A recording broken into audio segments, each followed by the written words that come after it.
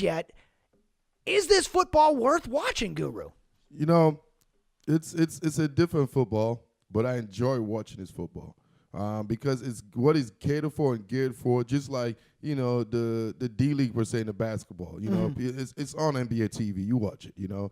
So you're not expecting to see, obviously, the Bradys and the Aaron Rodgers and the Aaron Donald, you know, but you get to see a bunch of the guys that help you out. You know, you get to see where the Malcolm Butlers and them started. You get to see a Dougie Fresh get that, you know, that opportunity. Yeah, way better than the Arena League, you know? Exactly. So the beautiful thing I love about this league, there's stats that shows about 81% of the players you had NFL contract before. So that shows they have the ability to play at the highest level. So these are mostly guys who played NFL and then found their way out of the league, probably looking to get back. Yes, exactly. Because that's the other promise of the AAF. Seems to be, unlike some of the other leagues, that they kind of want to be a place where NFL teams can watch to discover talent. They want to be, I don't want to say the minor leagues, but they certainly want to be a feeder league for the NFL to say, look, these guys can still play. These guys do still play.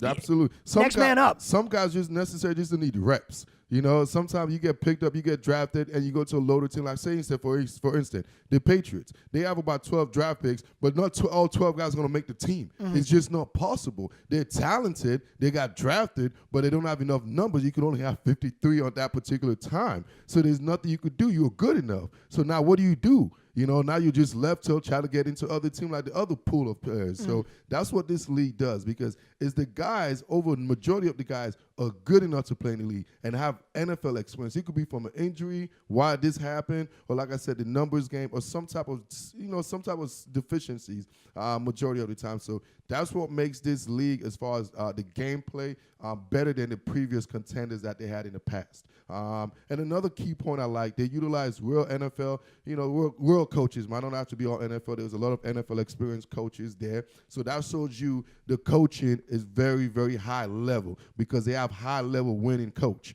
You know, that's key, because gameplay is based on coaching. You don't have this type of league, like an XFL, don't have NFL experience that has JV coaches. So the gameplay is going to be very elementary. But this gameplay, because it's high-level coaching, that also helps, because the players are getting the role, what they're really looking for, getting coached. Getting coached by those. Now, a lot of these guys have NFL experience on these AAF coaches as well. So they know. Mike Singletary is a coach. You know, Darius Erickson. You know, it's been real NFL. Those are the two big names, Erickson and Singletary, that people talk about, and that's exactly the case. You know, Steve Spurrier. You know, like we have Hall of Fame. Like those guys are Hall of Fame coaches. Like they really, you know, like Spurrier. You have guys with high level NFL. Coaching experience.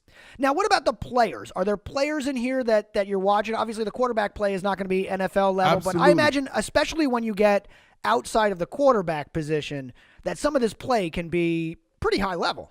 Yeah, there's two things I enjoy about what this league is going to do, like I love, because what I always mention, the offensive line playing in the NFL right now, the D-line is way more superior than the O-line because of the gameplay and the style of play in college. So those guys are not really prepared yet. So this league is really going to get the offensive line the reps to get prepared. So right now in the inaugural season, the defense is going to be more superior than the offense due to the fact that defense really come together more than offense. And that's your game to watch anyway. Exactly. So you're going to see an ugly game for say. You're going to see a low-scoring game in a session. Just the fact that defense is easier to start up. It's easy for me to go attack you than for me to create and make a play up. All right, what was the other thing that you wanted to see in this one? It's the defensive play in the lines, or is it both lines that you were talking about? No, that's just, you know, that's not the repetition aspect of things as far as that I want to see in this league. And always, like you hinted, the quarterback play is going to be a deficiency. It's always going to be a deficiency due to the fact that there's 32 starting quarterbacks, but there's only about 12, 13, 14 of them that's really, you know. Right, even in the NFL level, yeah. So it's a unicorn. That's one of the hardest positions to find in and out. So it's never going to be what it is. But I like this because I think this is going to be a place where some of those guys we don't hear about in the draft, some of the smaller college guys, you know, even a guy like Kurt Warner could have played in this league to find his way to the NFL before going through like the Arena League. This is a place where I think we're going to see second chances, and I think it's going to be a good feeder league for the NFL at some point. Maybe not this year. Oh no, some of the guys know they are going to the NFL. Some already making it. Yeah. No, they're going. No, they are.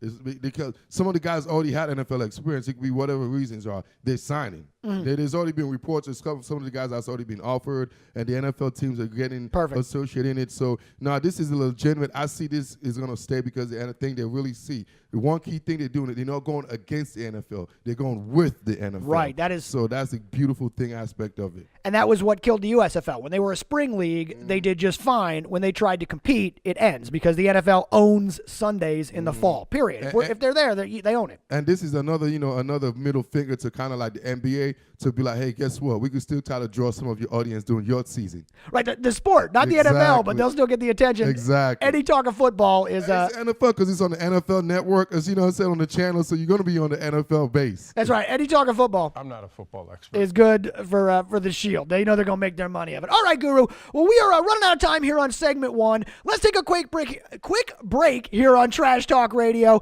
We're going to come back in segment 2 with our brand new segment, the Campus Check-In with the Almanac. Stick around for that. We're going to talk college basketball. We got a 2-minute drill. Trash Talk Radio. Stick around. TTR.